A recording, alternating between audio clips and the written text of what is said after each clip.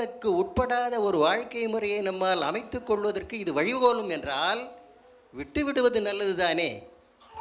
நல்ல கேள்வி. ஐயா அவர்கள் சொல்கிறது இந்த மதம்னாலே பிரச்சனை தான். ஐயா இந்த மதம்னாலே பிரச்சனை தான், மதத்தையே விட்டுருங்க, ஒரு பிரச்சனையும் கிடையாது என்று ஒருவர் ஐயா அவர்கள் ஒரு கேள்வி கேட்கிறார்கள். இப்போது இதுக்கு ரெண்டு விளக்கங்களை நாம் தர வேண்டியது. ஒன்று, மதங்கள் இன்றி மனிதன் வாழ முடியுமா என்று ஒரு கேள்வி. மதம் இல்லாமல் மனுஷன் வாழ முடியாத, மதம் மனிதனுக்கு தேவையா என்று ஒரு கேள்விக்கு விடையளிக்க வேண்டும். ரெண்டாவது கேள்வி, மதங்களினால் மட்டும்தான் பிரச்சனையா, மற்ற விஷயங்களினால் பிரச்சனையே கிடையாதா? நான் சொல்கிறேன், என்னோட உங்களுக்கு முடிஞ்ச பிறகு நீங்கள் சொல்லுங்கள். இப்போது நாம் என்ன சொல்லுகிறோம், மனிதன் இந்த உலகத்தில் அமைதியாக வாழ்வதற்கு ஒரு வழிகாட்டுகிற நெறி தேவை. ஒரு வழிகாட்டுகிற கொள்கை இல்லாமல் வாழ முடியாது. அது கடவுள் சொன்ன கொள்கையாக இருக்கலாம், அல்லது மனிதன் சொன்ன கொள்கையாக இருக்கலாம், யாராவது இருக்கலாம். பெரியார் சொன்ன கொள்கையாக இருக்கலாம், அல்லது டார்வின் சொன்ன கொள்கையாக இருக்கலாம், அல்லது சாக்ரட்டிஸ் சொன்ன கொள்கையாக இருக்கலாம், புத்தர் சொன்ன கொள்கையாக இருக்கலாம். ஏதோ ஒரு கொள்கை தேவை.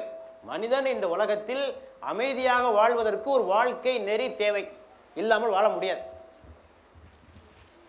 காட்டுகளிலே வாழ்கிற காட்டு மிராண்டிகள் என்று சொல்கிறோமே, அவர்களுக்கு கூட ஒரு கட்டுப்பாடு, ஒரு நியதி, ஒரு நெறி இருக்கிறது இல்லையா? ஆக ஒரு நெறி இல்லாமல் வாழ முடியாது. ஆதிவாசிகள் என்று சொல்கிறோமே, அவர்களும் கூட ஏதோ ஒரு கொள்கையை வகுத்துக்கொண்டு அதுதான் சரியான கொள்கை என்று வாழ்ந்து கொண்டிருக்கிறார்கள்.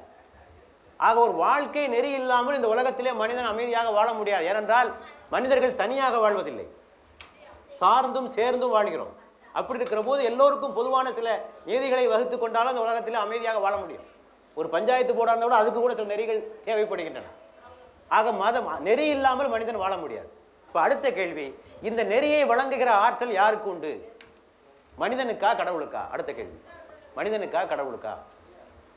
இஸ்லாம் சொல்லுது கடவுளுக்கு தான் உண்டு. ஏனென்றால் உன்னை படைத்தவன், உன்னை பற்றி நன்கு அறிந்தவன், உனது பலத்தையும் பலவீனத்தையும் தெரிந்தவன்,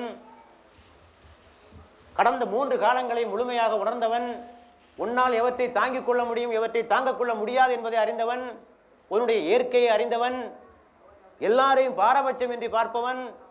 இத்தனை தன்மைகளும் யாருக்கு இருக்குன்னா கடவுளுக்கு தான் இருக்கு. மனுஷங்கிட்ட சட்டம் ஏற்றுகிற பொறுப்பை ஒப்படைத்தால் என்னவாகும் என்று சொன்னால், மனிதன் தனது அனுபவத்தின் அடிப்படையிலும் அனுபவங்களின் அடிப்படையிலும் தான் பார்த்த கேட்ட சில செய்திகளின் அடிப்படையிலும் சில கொள்கைகளை வகுக்கிறான். ஆனால் அந்த சூழ்நிலைகள் மாறுகிற போது அந்த கொள்கைகளும் தோற்று போய்விடுகின்றன இல்லையா? சில கொள்கைகளை வகுக்கிறான்.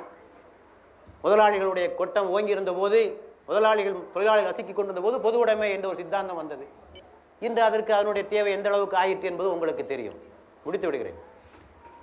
ஆக சூழ்நிலை மாறுகிற போது கொள்கைகளுடைய தன்மைகளும் மாறுகிறது. ஏனென்றால் இறைவன் ஏற்றுகிற கொள்கைகள் அப்படி இருப்பதில்லை. இறைவன் மனிதனுடைய இயற்கையோடு ஒத்துப்போகிற கொள்கைகளை மட்டும்தான் ஏற்றுகிறான். ஆகவே அவை காலத்திற்கு காலம் மாற்றிக்கொண்டிருக்க வேண்டிய அவசியம் அது ஏற்படுவதில்லை. ஆக இறைவனால் தான் முடியும் என்பது இஸ்லாத்தினுடைய கருத்து. ஆக வாழுகின்ற ஒரு நெறி தேவை, அது நெறியை அமைத்து தருகிற சக்தி இறைவனுக்குத்தான் உண்டு. ஆகவே மதங்கள் தேவை என்று நாம் சொல்லுகிறோம். இரண்டாவதாக, மதங்கள் பின்பற்றினால் மட்டும்தான் பிரச்சனையா? மதசார்பற்ற அமைப்புகளுக்கிடையே மோதலே கிடையாதா? 2 உலக மகா யுத்தங்கள் நடைபெற்றதை எந்த மதத்தின் அடிப்படையில் நடைபெற்றது? 2 கம்யூனிஸ்ட் நாடுகள் மோதிக்கொள்கின்றனவே எதன் அடிப்படையில் நடைபெறுகிறது? சவுத் கொரியாவும் வட கொரியாவும் நார்த் கொரியாவும் மோதிக்கொள்கிறதே மதத்தின் அடிப்படையில் மோதிக்கொண்டார்கள் இல்லையே. எத்தனையோ மோதல்களுக்கும் மதங்களுக்கும் எந்த சம்பந்தமுமே கிடையாது. ஆக மதங்கள் மட்டும்தான் மோதல்களுக்கு காரணம் என்று சொல்வது பொய். மதங்களும் காரணம். அடிப்படை காரணம் மனிதனுடைய ஆக்கிரமிப்பு, அதாவது அவனுடைய ஆதிக்க மனப்பான்மை. ஆதிக்க மனப்பான்மை தான் அடிப்படை. அந்த ஆதிக்க மனப்பான்மைக்கு மதத்தையும் ஒரு கருவியாக பயன்படுத்தி இருக்கிறான், மதசார்பற்ற கொள்கைகளையும் ஒரு கருவியாக பயன்படுத்தி இருக்கிறான். ஆக அடிப்படையில் இந்த ஆதிக்க உணர்வு நம்மிடந்து மறையாத வரையில் இந்த மோதல்கள் தொடர்ந்து கொண்டுதான் இருக்கும். அதுக்கு மதத்தை நீங்கள் பொறுப்பாக்குவது எந்த வகையிலும் நியாயமல்ல.